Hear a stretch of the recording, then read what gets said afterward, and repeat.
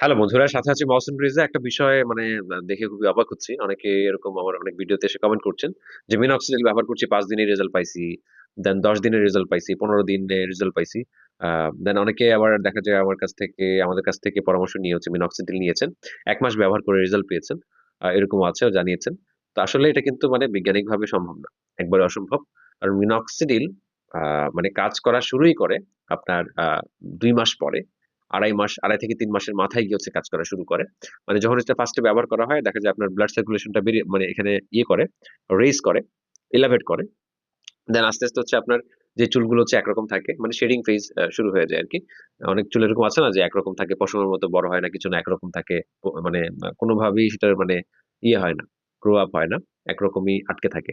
সেগুলোকে হচ্ছে ফেলে দেবে, ফেলে দিয়ে হচ্ছে নতুন করে ফলিকল থেকে হচ্ছে ফলিকল থাকতে হবে অবশ্য, বা পুরোনো ফলিকল যেগুলো হচ্ছে ইনঅ্যাক্টিভ, সেগুলোকে অ্যাক্টিভ করে দেন নতুন বেবি হেয়ার বার করতে করতে দেখা যায় আপনার 2 থেকে 2.5 মাস সময় লেগে যায়, কারো কারো আরো বেশি সময় লাগতে পারে। এটা হচ্ছে একটা অ্যাভারেজ হিসাব। দেখা যায় বেশিরভাগ মানুষের ক্ষেত্রে আপনার মিনক্সিডিলটা এইভাবে কাজ করছে 2 থেকে 2.5 মাস বা 3 মাসের মাথায়। কারো কারো এরকম ব্যতিক্রম আমি দেখেছি যে 3 মাসের উপরে, 5 মাস, 7 মাস, 8 মাসের মাথায় গিয়ে বেবি হেয়ার দেখা গেছে, এরকম লোকও আছে।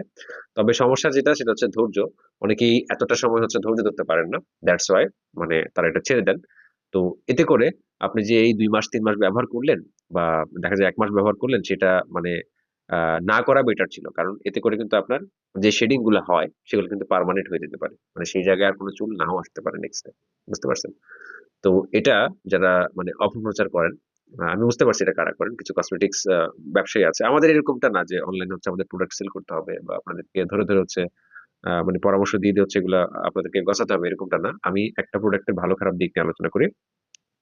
আম আমি যদি দেখা যায় এগুলোর মার্কেটিং করতাম একদম পুরো দমে, সেই ক্ষেত্রে কিন্তু জাস্ট সেগুলোর ভালো দিক নিয়ে আলোচনা করতাম। খারাপ দিক নিয়ে কখনোই আলোচনা করতাম না। তো এইজন্য আমাকে ব্যবসায়িক ভাবার কোনো দরকার নেই। আমি জাস্ট হচ্ছে একজন মেডিকেল পেশাদার। আমি আ এই বিষয়গুলোর একটা মেডিসিনের খারাপ ভালো দিক আলোচনা করব। দেন অনেকে রিকোয়েস্ট করেছেন আমাদের মাধ্যমে নেয়ার জন্য। দ্যাটস ওয়াই আমি কিছু, যেহেতু পরিচিত ইম্পোর্টার আছে, তাদের মাধ্যমে আমি ইম্পোর্ট করি, আমার কাছে রাখি। অফলাইনে হচ্ছে আমাদের অনেক এরকম পেশেন্ট আছে।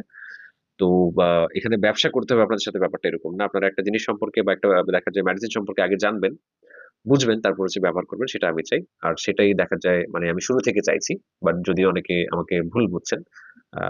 বিষয়টাকে একটু অতিরঞ্জিত করে ফেলছেন অনেকেই। তো যাই হোক, আপনাদের সুবুদ্ধির উদয় হবে, এটা আমি বিশ্বাস করি।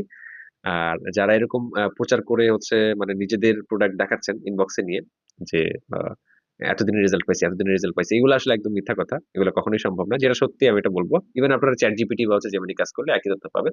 ঠিক আছে? আজকের ভিডিও এখানে শেষ করলাম। ধন্যবাদ।